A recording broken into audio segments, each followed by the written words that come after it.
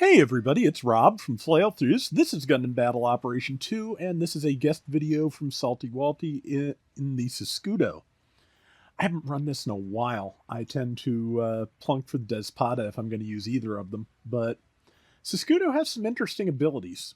Of course, it has a very large beam rifle with a charge required mega cannon setting that Salty is setting up for right now.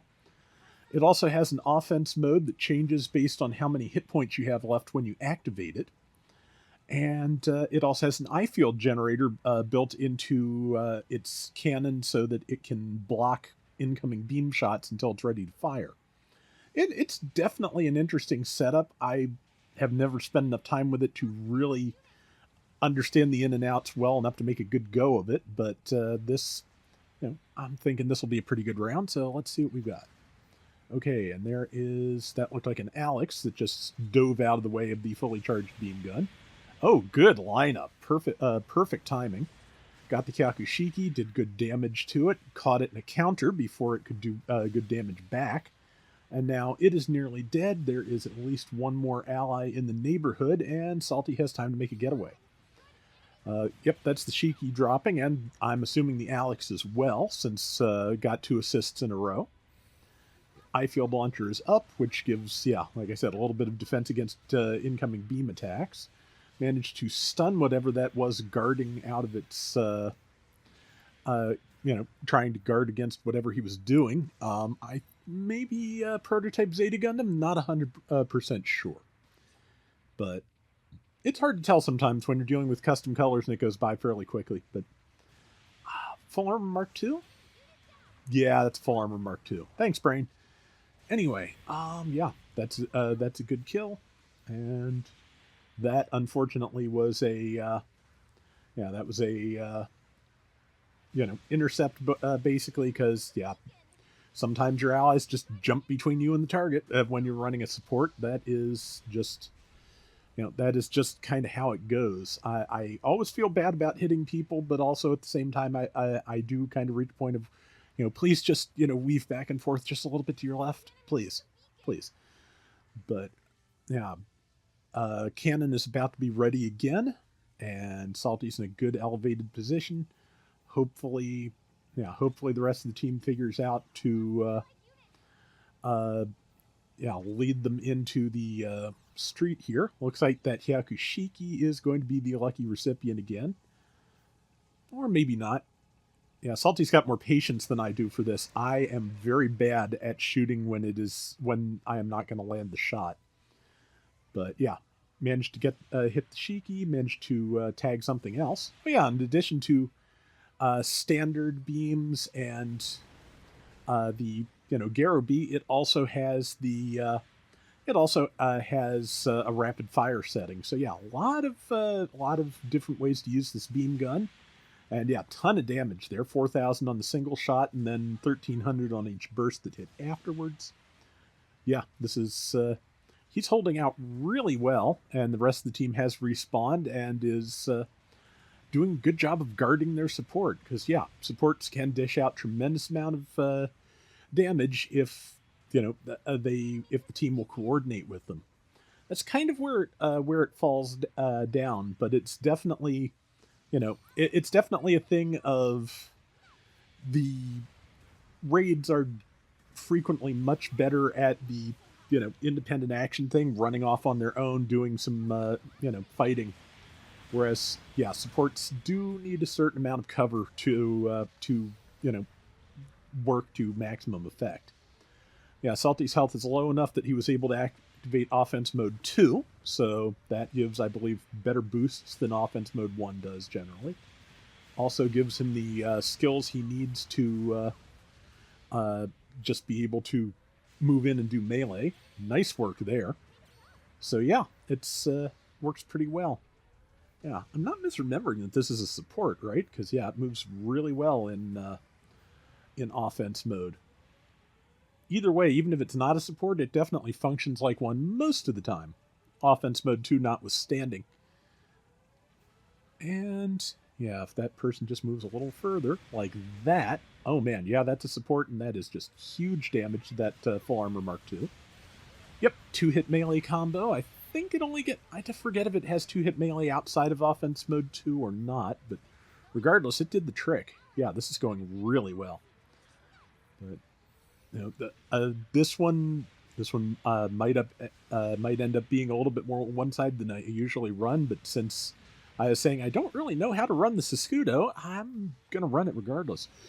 But yeah, I keep saying Sisquiede, even though in English it's spelled Sisquiede for some reason that I am not really sure of, because the Japanese katakana both say Sisquiede and match up with the actual intent of the name. Sisquiede, I believe, is left shield in Italian, and Despada is right sword, just to give you the idea of how they operate. And okay, yeah, it's a support, thought so. How they operate and what their basic roles are supposed to be.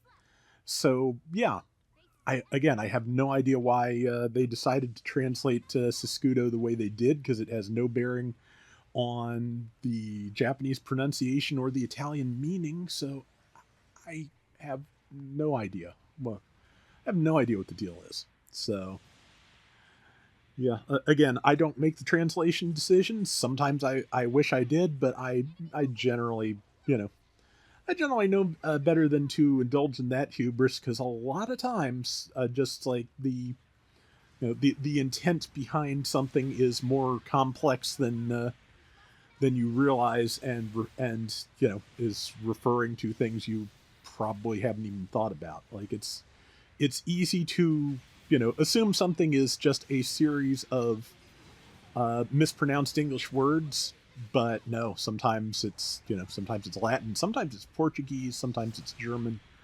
and a lot of times if you can't get information on what the author's intent was, you just have no way of knowing which way to jump. Translating is not an easy job, and yeah, just always cut translators some slack, because it is a hard job and requires a lot of research into multiple other languages in the case of Gundam stuff. So yeah, either way, 30 seconds to go, just slightly behind, but I suspect that's not going to be true for too much longer, because a couple of low health enemies out there and a couple of good shots Salty can take. Yep, working the legs, which, yeah, that again, when you're short on time and need to make sure your target stays still, that is a good way to go. Enemy's got another kill, but yeah, with that kill, they are ahead, and that is the round. Perfect timing. So yeah, let's take a look at the final everything and see what we're looking at. But yeah, that was really solid. And Sisquiede looks good in those colors too. Alright, so 125,000 damage, top assist at 1485, 3 and 2. Yeah, that is a ton of damage, and that went really well. Thanks as always for sending that my way, Salty. And that is going to do it for today's Gundam Battle Operation 2. We'll be back soon with more. Till next time, everybody take care and have fun. Later! So we got some of the details about the new hangar enhancement system coming up. Interesting to see how it's going to work, because you can get skills that among other things, break the limit on your attack value. Like I saw something that had an attack of 105 in the update on the website, which is otherwise not possible, though overtuning generally works as a workaround to that cap, I believe.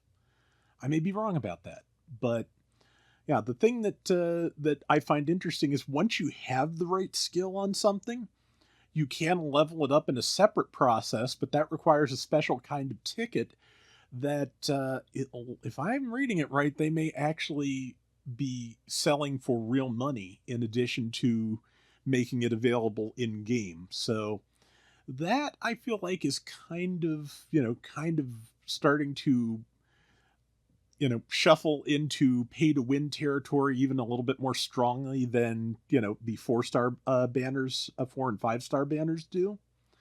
But we'll have to see how it plays out. I mean, obviously breaking the damage limit on something sounds really strong, but, yeah, we're going to have to see like the versatility of this system and how, how difficult slash expensive it actually is to raise the levels of a skill, and how often we get offered those coupons for free in the game to see like the full extent of what's going on. But definitely going to be very interesting when this update goes live later tonight.